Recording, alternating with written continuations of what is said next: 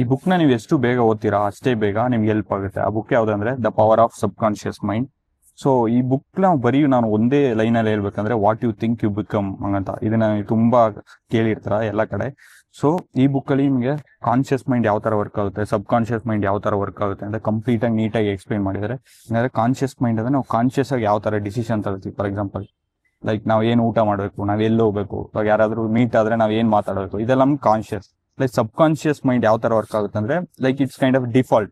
Like ಇದೊಂದು auto pilot model work ಆಗುತ್ತೆ, ನಮ್ಗೆ ಗೊತ್ತಿಲ್ಲದೇನೆ ವರ್ಕ್ ಆಗ್ತಿರುತ್ತೆ. ಸೊ ಇನ್ನು ಬೆಟರ್ ಎಕ್ಸ್ಪ್ಲೈನ್ ಮಾಡ್ಬೇಕಂದ್ರೆ ನಾವು ಚಿಕ್ಕ ವಯಸ್ಸಲ್ಲಿ ಸೈಕಲ್ ಓಡ್ಸಕ್ ಕಲಿತಿರ್ತೀವಿ. ನಾವು ಸ್ಟಾರ್ಟಿಂಗ್ ಕಲಿಬೇಕಾದ್ರೆ ನಮ್ಗೆ ತುಂಬಾನೇ ಲೈಕ್ ಕಾನ್ಶಿಯಸ್ ಇಂದ ಓಡಿಸ್ತೀವಿ, ಎಲ್ಲಾದ್ರೂ ಬಿದ್ಬಿಡ್ತೀವ, ಎಲ್ಲಾದ್ರೂ ಏಟ್ ಆಗ್ಬಿಡುತ್ತಾ ಅಂತ. ಸೊ ಅದೇ ಕಲ್ತಾದ್ಮೇಲೆ ನಾವು ಆರಾಮಾಗಿ ಫ್ರೀ ಆಗಿ ಓಡಿಸ್ತೀವಿ, ಯಾವುದೇ ರೀತಿ ತುಂಬಾ ಕಾನ್ಶಿಯಸ್ ಆಗಿ ಓಡಿಸಲ್ಲ. ನಾವು ಬೇರೆ ಏನೋ ಥಿಂಕ್ ಮಾಡ್ಕೊಂಡು ಆರಾಮಾಗಿ ಲೈಕ್ ಸೈಕಲ್ ಓಡಿಸ್ಕೊ ಹೋಗ್ತೀವಿ. ಅದು ಸಬ್ ಕಾನ್ಶಿಯಸ್ ಮೈಂಡ್ ಇಂದ ವರ್ಕ್ ಆಗುತ್ತೆ. ನಾನು ಕಂಟೆಂಟ್ ಕ್ರಿಯೇಷನ್ ಸ್ಟಾರ್ಟ್ ಮಾಡೋಣ ಅಂತ ಡಿಸೈಡ್ ಮಾಡ್ತೀನಿ, ಅದು ಕಾನ್ಶಿಯಸ್ ಮೈಂಡ್ ಇಂದ, ಕಾನ್ಶಿಯಸ್ ಇಂದ ನಾನು ತಗೋತೀನಿ ಆ ಡಿಸಿಷನ್. ಅದೇ ರೀತಿ ನನ್ನ ಸಬ್ ಕಾನ್ಶಿಯಸ್ ಮೈಂಡ್ ಅಲ್ಲಿ ಲೈಕ್ ಬೇರೆಯವ್ರು ಏನಾದ್ರು ಅನ್ಕೋತಾರೋ, ಲೈಕ್ ನನ್ನ ಫ್ರೆಂಡ್ಸ್ ಏನಾದ್ರು ಜಡ್ಜ್ ಮಾಡ್ಬಿಡ್ತಾರೋ, ಸೊ ಈ ತರ ಬಿಲೀಫ್ ಬರ್ತಿರುತ್ತೆ ನಮ್ಮ ಮೈಂಡ್ ಅಲ್ಲಿ, that is sub conscious beliefs. So ಇದನ್ನೆಲ್ಲ ಯಾವ ತರ ಓವರ್ಕಮ್ ಮಾಡಿ ನಾವು ಯಾವ ತರ ನಮ್ ಸಬ್ ಕಾನ್ಶಿಯಸ್ ಮೈಂಡ್ ನ ಯೂಸ್ ಮಾಡಿ ನಮ್ಗೆ ಏನ್ ಬೇಕು ಅದನ್ನ ಅಚೀವ್ ಮಾಡೋದು.